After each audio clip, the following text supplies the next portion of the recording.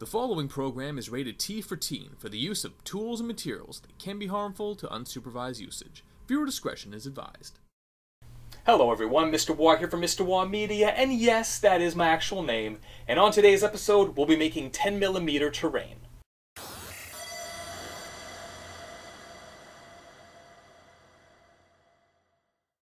Now, one of the coolest things about the hobby is seeing a beautifully painted army laid out in all of its glory, and it's especially impressive if you work at 10mm scale, considering how small the details actually are.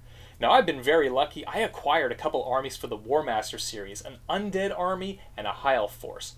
And as I was painting them up, I was like, I kind of need some scenery to play at this new, smaller scale. So I designed a few of these, and along the way I made a template for you guys to follow at home. It's a very simple blueprint, and with this, it's a basic structure, but it'll show you how to make larger, more complicated pieces as well, and I'll show those a little bit later on in the video. And since I really like this scale, I'm probably going to do a couple more videos, including a really cool castle that I got designed. So, yes, Owen, there is a castle coming. Can you stop picketing my store now? Oh, okay. Thank you. Now, before we jump into the video, I got a couple quick announcements. If you want to quickly just jump to the tutorial itself, it's going to be down here somewhere. There's a timestamp. But if you're cool, I'm going to make a couple announcements here. Now, I'm going to make these quick. Number one, we recently hit 400 subscribers, so thank you guys so much for everything. I really do appreciate this. Number two, I hope to have this episode and maybe one more done before the end of the year. It's been crazy busy, but I hope you guys have appreciated all the work that I've been putting into these. The reason I'm slightly behind is the third. And this is really cool. Not only do I have my regular clients, which I've told you need to back off a little bit for December because it's we're getting ready for the sale at the store. Check us out, Imperial Hobbies for Boxing Week. It's 25% off. Shameless plug-in right there. You're welcome, Francis. But along the way, not only getting ready for that, I also had a really unique offer. I have been working with a film company making props for a movie. It's been really exciting. I had to sign a non-disclosure agreement, so I can't really say anything beyond that point. Once a trailer drops, I'm allowed to go into the detail and all that, so that'll be kind of cool. But yeah, I'm working on props for a movie right now, so this is amazing. I'm so excited. You can see the grin on my face here. This is awesome. So unfortunately, all my other projects sort of had to take the backseat, because let's face it, this kind of trumps anything else. And that leads us into the last point. Not only am I working on the film stuff, I recently was asked to build some scenery and a full table for a very large YouTube channel. Some of you probably know who it is. Some of you know exactly who I'm talking about here. I'm not going to say anything until they give me the go-ahead, but it is a very large YouTube channel that specializes in tabletop gaming, and I'm building not one, but two complete tables for them to battle on. So they're going to be fighting on my scenery, guys. That is so cool. I'll give you details when they become available. But on that note, I think I've rambled long enough. Let's just jump into this tutorial. Now, one of the first things to bear in mind is when you're working at this scale, you actually have a little bit more freedom and creativity at your disposal, because working with such a fine scale, no one's really going to call you out as something slightly off. And I'm going to show you how to make a basic farmhouse here, but you can take this template and make pretty much anything you'd like. Now, the first thing is I've drawn a line down the middle of this block, which is about 1 inch. And what I'm going to do is cut off the top parts here in a triangle for my rooftop. There we go. We've got our basic little hut here. What I'm going to do is go back in with the pen here. By the way, I'll probably say pencil in here and there. Just bear with me. Use whatever tool you happen to have. I just find the blue ink and the pen just sticks out really nicely. What I'm going to do is go in and start drawing some shingles on the top of the roof here. I'm only going to do about 3 or 4 rows. It's going to be very noticeable. You know exactly what you're looking at. But if you wanted to, if you want to do 6 rows of shingles, go for it. All the power to you. It's just how much do you want to put into this project. You can see here I'm going back and forth with my little shingles. Nothing too crazy here. I'm just going to draw them in. And that's about all I really need. It's readable. You know exactly what you're looking at here. Now I'm going to go in the front and the back here and do some of the timbers. At this point, just bear in mind when you do pencil these things in, it is permanent. You only get really one shot at this. By this point, I probably made about 4 or 5 of them, so I was feeling a little bit more comfortable and just sort of winging it. But make sure you go in with a plan, because once it's done, it is done. Alright, so you can see here I made some of the timber frames in the front, and now I'm going to work on the front door. By the way, I apologize for my giant massive hands here blocking everything out. That is the curse of being left-handed and a genius. You can see I got my door here now, and you can do your bricks in a couple different ways. Some of them, what I did was similar to the roof shingles. I drew it out very carefully with a ruler in different rows, and then just quickly drew the bricks in that way. Or, as you can see here, I'm just freehanding it. This kind of looks a little bit nicer.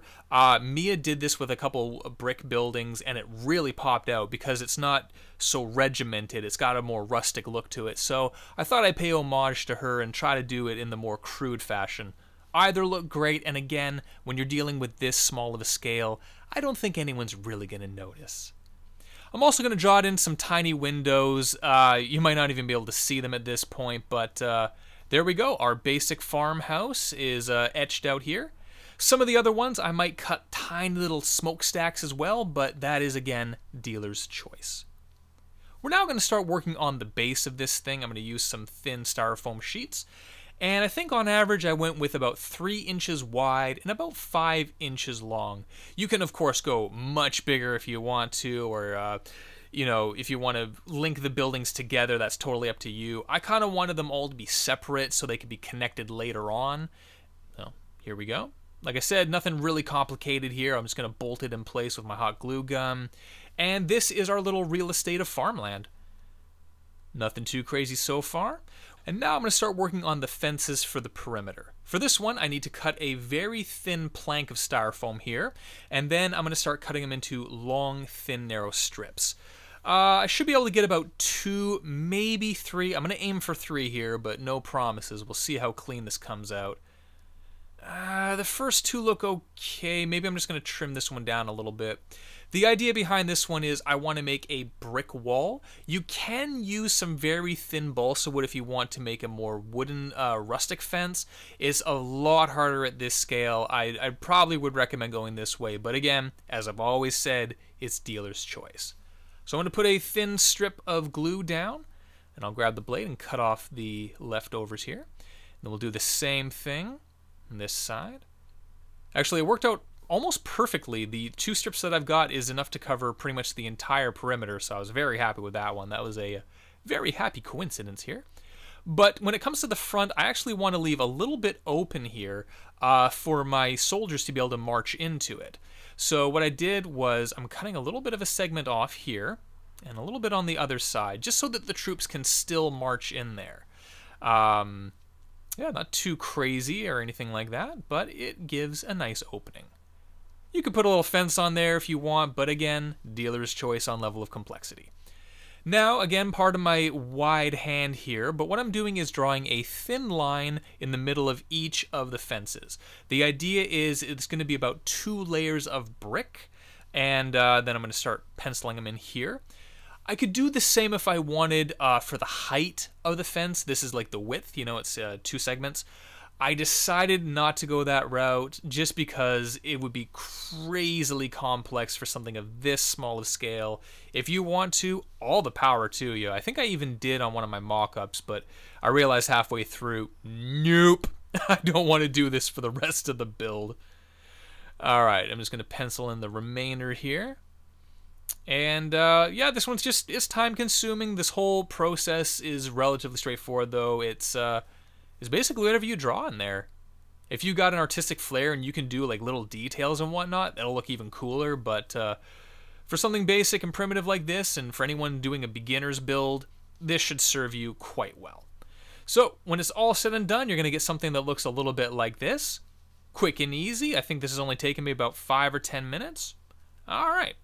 Now we're going to go in with some basic glue. We're going to slap that all over the main surfaces here. And this is going to be for the courtyard and some of the other ones I've done. I did some crop fields. It'd be the same kind of technique here. Spread around with the finger. If you do get it around any of the fences, you can just wipe it off. It's not too big of a deal, but you know, it's all good. We'll wipe off the excess there, like you see.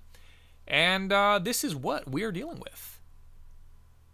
Nothing too crazy, but this is going to look great when it's all painted up. So here's an example of another building that I did. This is a 2-story manor, and it's the exact same technique, just a little bit taller. And this is what it looks like when you get the sand in the courtyard. I'll show some more examples at the end of the video, but for now, let's jump into the painting technique. So first up, I primed the entire model with just some generic black, and once I've given that ample time to dry, I'm going in with 2 parts black, 1 part white to make a darker gray color.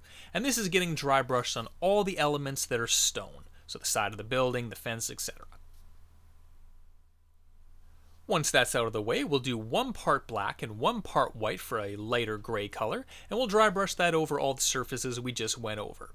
Now I found that about 3 different coats of dark gray, medium, and then light, that worked pretty well. If you want to do even more, then by all means, it'll definitely make it pop out a little bit more. But again, for something of this size, I don't think you need to go into quite that level of complexity. This seems to be doing quite well. With this final layer here, this is 2 parts white to 1 part black, and this will be the final dusting for myself. At this point, there's hardly anything in the bristles. It's just a light dusting on the surface, and I think it looks pretty good. Now we're going to start working on the brown elements, so that's going to be the courtyard and the rooftops. For this, it's just a generic brown. I'm going to pack it in there relatively heavily. I'd say probably about 95% of the surface is going to be covered. There'll still be a little bit of the black showing underneath. It'll have that natural shadowing, and if you do get it on the fence post, don't worry about it too much. You can always just quickly wipe it off or touch it up with some gray afterwards, or heck, you can even leave it on there if you want to make it look a little dusty and decayed and that kind of thing. Totally up to you how much detail you want. I'm doing the exact same thing here on the timbers and the shingles on the roof, and this is what my first coat of brown is looking like. Next up, we'll take 1 part brown and 1 part golden yellow to make a nice light sandy color, and I'll dry brush this on the timbers, the shingles, and the courtyard itself. Now, I don't mind this more rustic look. In fact, I think I'm more attracted to it than, say, brighter colors. But if you want to make this not look like a medieval peasant hut, then maybe add some different colors to the shingles, maybe some greens or some reds. But for me, I kind of like this neutral vibe, so I'm going to keep going with this one. Once that layer is done, I'm going to add a little bit of white to the mix to make an even lighter sand color, and just do a very light dusting on all those surfaces. Nothing too crazy here. It's just going to make it pop out a little bit more, and you're going to get it looking like this. Very cool. Once I was fully satisfied with the paint job, I did a quick wash of Agrax Earthshade over the whole surface to really darken the piece up and to really show off all the detail work that we've put in. Once I gave that plenty of time to dry, I went in there with a little bit of glue and little patches, and now I'm going to sprinkle my flock everywhere. This is the generic green. I've also got some swamp green in the background. It's kind of dealer's choice how you want this to look. And I'll knock off all the excess amount here. And yeah, at this point, we are finished our generic 10mm farmhouse. This thing looks really cool, and this is just an example of what you can do with it. Here's a 2-story church that I made with some gravestones and little cobblestones leading up to the front door. And once I got some paint and flock on there, it really came to life. I think this looks amazing. And it's the same steps. You can take that, you can change it to a windmill, for example, and that's just some thin strips of cardboard to make those fans. And this is an example of the 2 layers of brick on the fence work. Wasn't really necessary, but it does look kind of nice. Now here's an example of something a little more flat. I made some vegetable patches here with thin strips of styrofoam and the swamp grass on top of it. Makes it look like a nice crop harvest. And this is what the entire village looks like. I built 7 different pieces. They all have their own sort of flair. And because they're modular, you can have them off on their own, or you can snap them all together to make this really nice looking village. And because of the measurements, you can also easily insert your warriors from the Warmaster series nicely in there.